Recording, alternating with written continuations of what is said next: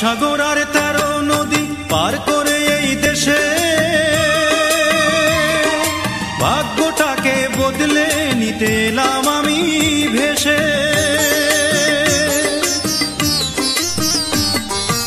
ঋণ জমেছে অনেক ঋণ, সবই গায়ে খেটে,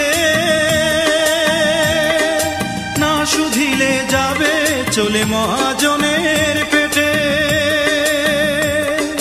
দেশের মায়া ছেড়ে এলাম আপন করে ছিন্ন, প্রবাস জীবন আমার বুকটা খাখা শূন্য।